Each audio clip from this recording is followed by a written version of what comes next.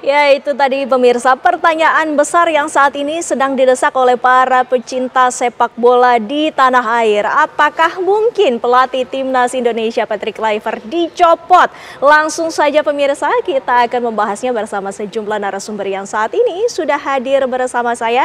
Di samping saya sudah ada wartawan olahraga senior Bung M. Nigara. Selamat malam. Selamat malam. Bung, sehat selalu? Alhamdulillah. Alhamdulillah. Dan di sebelahnya juga ada Gita Suwondo yang merupakan pengamat sepak bola. Selamat malam. Selamat malam. Ya, dan juga ada mantan pemain timnas Indonesia, Bung Dede Sulaiman. Selamat malam, Bung Dede. Terima kasih sudah hadir bersama kami. Salam sepak bola. Salam sepak bola. Ini adalah semangat yang terus kita gaungkan, tetapi ternyata para pecinta sepak bola di tanah air ini lagi kecewa. Bung Nigara, ini bisa ditanggapi mungkin? Ya, saya kira kekecewaan itu lumrah, ya, wajar.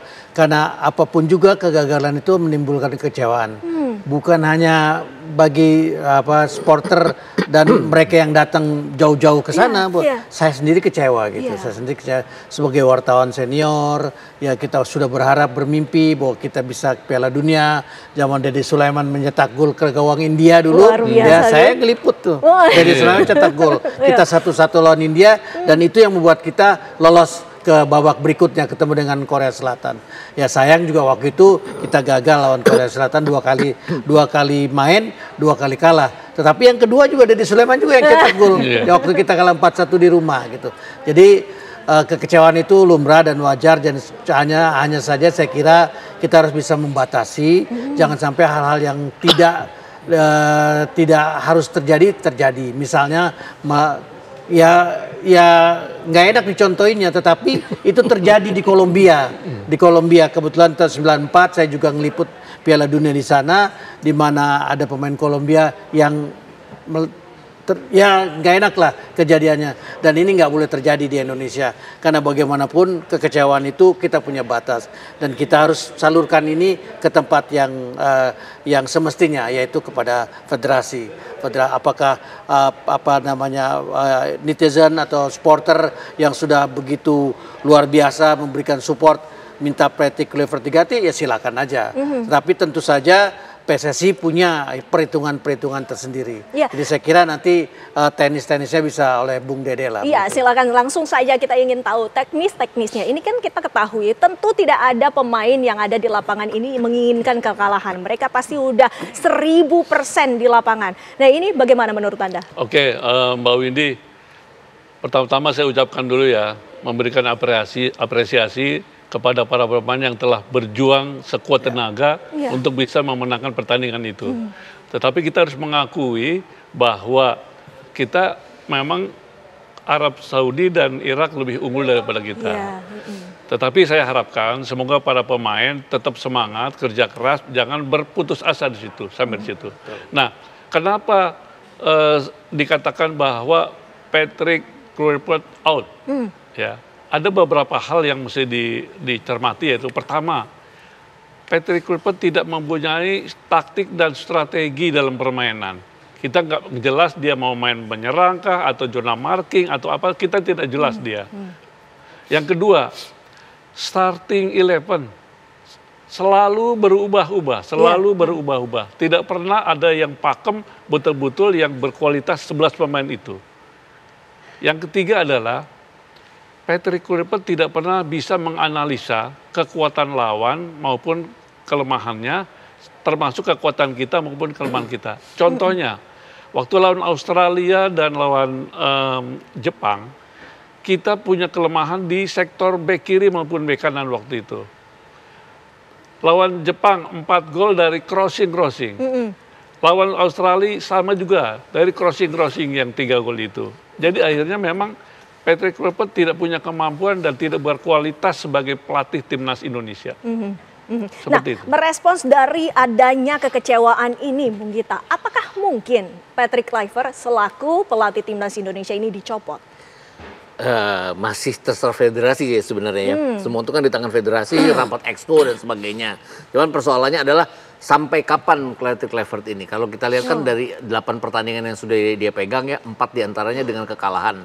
Dari 4 kekalahan itu 3 diantaranya dengan yang menurut saya formasinya salah saat itu.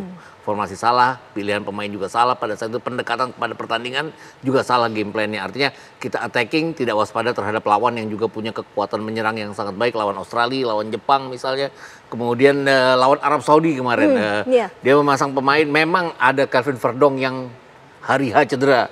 Tapi kan masih ada Tom Hai saat itu. Tom Hai bisa dimainkan sejak awal, dia pasang Mark Locke, itu titik lemah kita datangnya dari Mark Locke saat itu. Kemudian lawan Irak kemarin sebenarnya membaik sekali ya, pilihan formasinya oke, 4-3-3-nya oke, artinya kita di tengah juga bagus. Hanya saja kita tidak punya tukang gedor seperti Ole Romani pada saat fit. Ole Romani hanya main 45 menit dan tidak fit, itu aja. Nah, kedepannya kan akan ada FIFA Matchday bulan November, ada AFF, ada Piala Asia. Apakah Kluivert akan diberikan kesempatan untuk itu? Saya rasa juga harus ada pertimbangan dari PSSI sampai kapan ini Kluivert, karena yang lemahnya dari Patrick Kluivert adalah dia seperti tidak punya plan B pada saat plan A-nya itu mentok gitu. Dan di pertandingan 2 kali 45 menit kan sering karena kita berhadapan dengan lawan yang lebih canggih misalnya. Plan A kita nggak jalan ya. Lawan Jordan lah, lawan Libanon pertandingan persahabatan. Kita nyerang terus-menerus, kita ball possession, tapi kemudian Libanon menutup dengan 8 pemain bertahan, kita seperti bingung mau masuk ke daerah pertahanan kita seperti itu. Nah, Kluivert harus dipertanyakan oleh PSSI, mampukah dia merombak semua itu? Itu yang saya lihat dia tidak mampu sampai sejauh ini. Tapi apakah dipecat atau tidak itu terserah pelatih. Kemudian kalau tagar Kluivert out, rasanya agak keterlaluan karena sampai anaknya juga mengalami ya Kluivert out.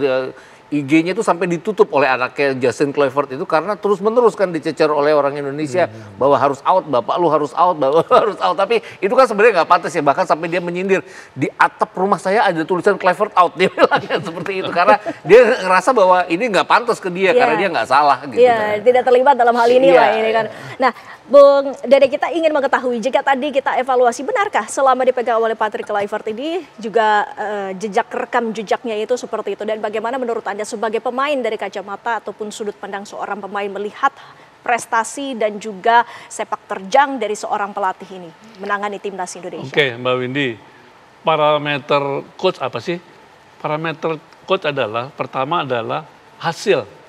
Hasilnya itu gimana? Kalau dia memegang tim, bisa memenangkan itu pertandingan dan bisa jadi juara, kan gitu ya. Lantas formasi pemainnya yang betul-betul dipasang sesuai dengan kualitas pemain itu sendiri. Berikutnya lagi adalah bagaimana setiap permainan itu kita bisa menampilkan yang terbaik seperti itu. Nah, Kluivert saat ini tidak pernah melakukan seperti itu. Jadi parameternya nggak masuk dia. Makanya saya sendiri mengatakan bahwa Patrick Kluivert out ya karena memang kualitasnya seperti itu. Baik. Nah, Bung Nigara, targetnya waktu awal itu memang kan targetnya itu untuk membawa Indonesia minimal untuk lolos Piala Dunia. Nah, ini sepertinya tidak tercapai mimpi yang sudah ditanamkan dan juga diberikan harapan kepada seluruh pecinta sepak bola Indonesia. Ini bagaimana? Sebetulnya kita berhasil ke Piala Dunia. U17 itu yang dilupakan orang. Tapi kan ini bukan yang dia naungi. Iya, sama-sama ke Piala Dunia. Bedanya usia, kelompok usia. Berarti gitu. Pelatih lokal sebenarnya bisa lebih diandalkan gitu maksudnya. Ya, saya kira itu nggak bisa head to head lah, ya, nggak bisa head to head lah. Jadi saya kira tadi Dede secara teknis sudah mengungkapkan hal itu. Gita udah bicara soal penetrasi kepada anaknya yang sudah nggak harusnya nggak dilakukan. Tapi ya itulah kemarahan orang yang apa ya, yang memang seperti itulah sepak bola. Yang tadi saya bilang Escobar itu di Kolombia, di Kolombia, gitu. Sesuatu yang pasti terjadi. Karena sepak bola ini adalah garda terdepan untuk untuk membuat bangsa ini melejit, itu sepak bola gitu. Ya, sepak bola ini menyihir dunia kok. Betul. Sepak bola cuma kalah dari Muhammad Ali. Muhammad Ali sendirian menyihir dunia. Sepak bola rame-rame, tetapi apapun juga sepak bola adalah bagian terpenting ya bagi kita, bagi orang Indonesia ini. Sepak bola alat pemersatu. Kita boleh berbeda pendapat soal pilpres, soal pilgub, segala macam. Begitu tim nasional kita jadi satu. Nggak ada partai, nggak ada kelompok, nggak ada apa. Jadi satu semua. Nah, ini sayang gitu loh. Sayang banget gitu ini lolos. Nah, tadi soal main bagus apa enggak, saya ingat Pak Akub almarhum loh. Ya kan?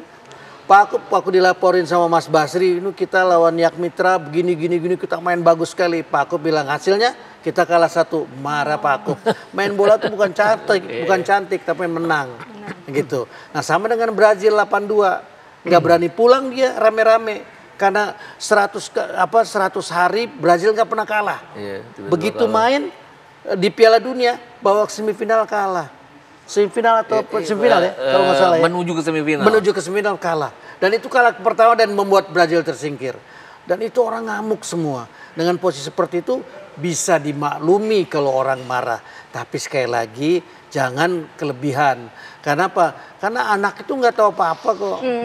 Anaknya nggak tahu apa-apa. Apalagi juga tapi gini Mbak Winnie, Bung Nigara, saya tambahkan lagi ya. Kenapa saya kelihatannya kok semangat sekali untuk out Patrick Kluivert. Pertama nih satu ya, dia tidak punya etika. Waktu kalah lawan Irak, pemain-pemain itu mendatangi para supporter kita.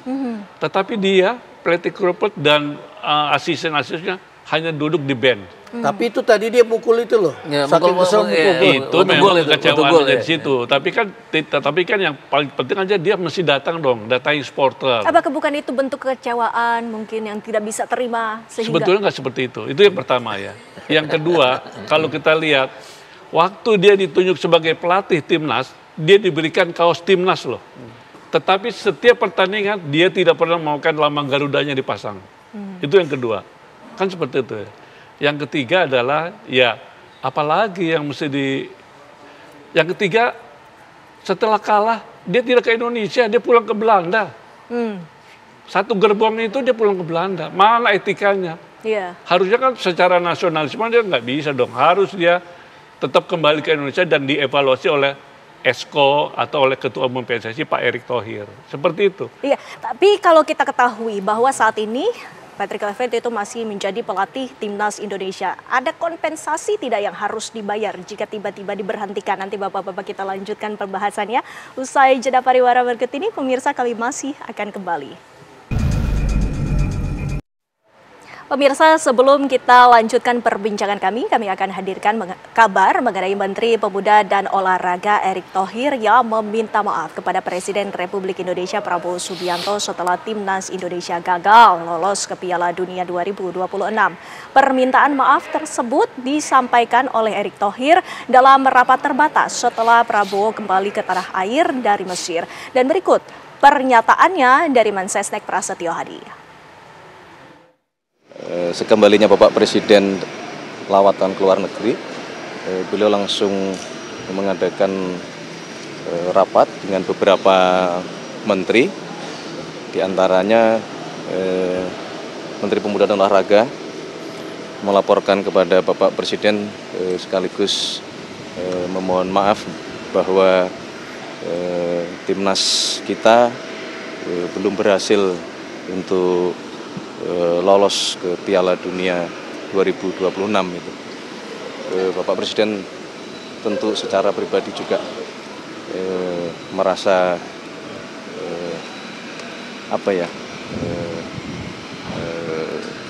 berat hati menerima kenyataan bahwa kita belum berhasil lolos, tetapi sebagai kepala negara, kepala pemerintahan, beliau menyampaikan untuk mari kita berusaha kembali. Ada 2 event besar yang kita hadapi, Piala Asia di 2027 dan Olimpiade 2028. Ya, itu tadi kita sama-sama mendengarkan pernyataan dari Mensesnek Prasetyo Hadi. Bung Gita, jika kita tadi menelaah pernyataan dari Mensesnek, ini artinya Menpora telah meminta maaf atas kekalahan yang dialami oleh timnas Indonesia. Dan ini apakah pertanyaannya diperlukan adanya evaluasi? Harus ya kalau evaluasi. Tadi minta maaf Menpora ya, bukan ketua umum PSSI ya. Menpora, selalu Menpora. Menpora.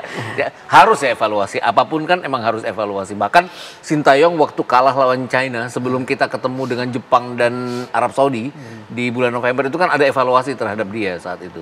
Dan itu penting. Kemudian waktu dia gagal di AFF 2024 kan juga ada evaluasi terhadap dia yang kemudian berujung pemecatan terhadap dia saat itu. Jadi saya pikir sangat harus evaluasi.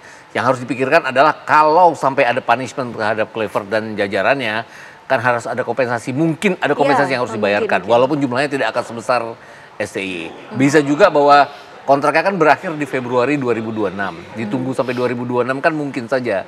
Kemudian masih ada 4 bulan, 5 bulan menuju AFF. Nah itu tadi yang saya bilang, Kluivert menuju AFF, kalaupun dia dipertahankan, dia tetap harus harus memantau pemain-pemain dalam negeri. Kenapa? Nanti kan 25 Juli, 26 Agustus itu kan pemain-pemain luar yang diaspora itu kan nggak mungkin dilepas oleh klubnya. Klubnya sudah bersiap-siap untuk ke musim berikutnya. Jadi dia harus mengandalkan pemain-pemain luar negeri. Banyak ya talenta-talenta di dalam negeri yang tidak terpantau selama ini, baik oleh Sintayong maupun juga oleh Patrick Kluivert. Artinya jika dalam laga-laga yang terdekat dari Timnas Indonesia, Bung Negara, dan juga masih memakai Patrick Kluivert sebagai pelatihnya, ada beberapa hal yang jadi catatan ataukah kira-kira apakah Timnas Indonesia masih akan bermain seperti yang sebelum-sebelumnya? Saya kira sulit ya, saya kira sulit. Tapi ini sekali lagi kembali apa bunyi kontrak persisnya seperti apa kan kita nggak ada yang tahu gitu. Kontrak persisnya gitu. Karena kalau menurut saya antipati terhadap Patrick Kluivert ini udah sangat besar gitu. Dan itu akan menjadi kontraproduktif apabila dia terus dilanjutkan gitu. Nah mungkin akan Pastur yang akan ngambil alih. Mungkin ini sekali lagi ini cuma saya tebak-tebakan saya aja gitu loh. Kenapa? Mungkin tadi apa Gita bilang kan sampai Februari. Jadi kalau diputus tengah jalan mungkin ada kompensasi. Ya, tetapi mungkin supaya nggak sampai ke sini dipakailah karena kan juga rame perdebatan antara Kluivert dengan Pastur soal pemain gitu kan. Nah jadi posisi ini seperti itu kira-kira. Jadi PSSI juga kemungkinan besar menurut sekali lagi nih feeling saya aja nggak akan menggunakan Patrick Kluivert lagi, tapi akan tetap menggunakan Pastur gitu. Nah sampai kemudian nanti setelah Februari 2006 mungkin memilih pelatih yang lebih baik lagi gitu. Kan sebetulnya kenapa kita milih Sintayong? Saya ingat betul tuh itu SEA Games 2019 di Manila waktu itu. Karena saya staf khususnya Pak Amali waktu itu, Pak Amali Menpora.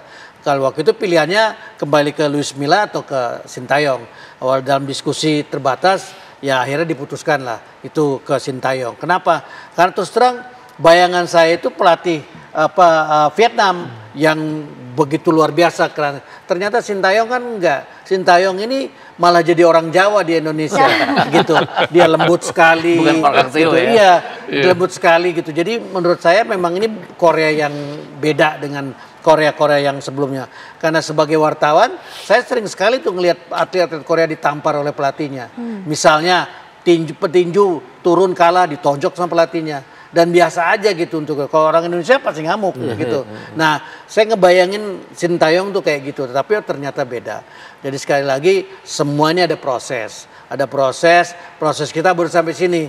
Kalau ujuk-ujuk justru menurut saya akan sangat memang sekali lagi ini mengecewakan, tapi kalau ujuk-ujuk kita seperti simsalabim kan. Nggak ada prosesnya di tengah jalan tiba-tiba berhasil. Ini juga menurut saya akan menjadi momok yang menjadi momok yang gak enak lah. Oh ini ternyata ngurus sepak bola gampang loh. Ngambil aja semua itu selesai. Kan gitu akhirnya nggak ada nih pembinaan. Padahal ini kita butuhkan. Tapi saya senang sekali tadi Mas Pras sudah mengatakan bahwa Presiden udah dengan berat hati menerima kegagalan itu. Iyalah karena Presiden punya lapangan bola banyak. Punya kegiatan sepak bola banyak.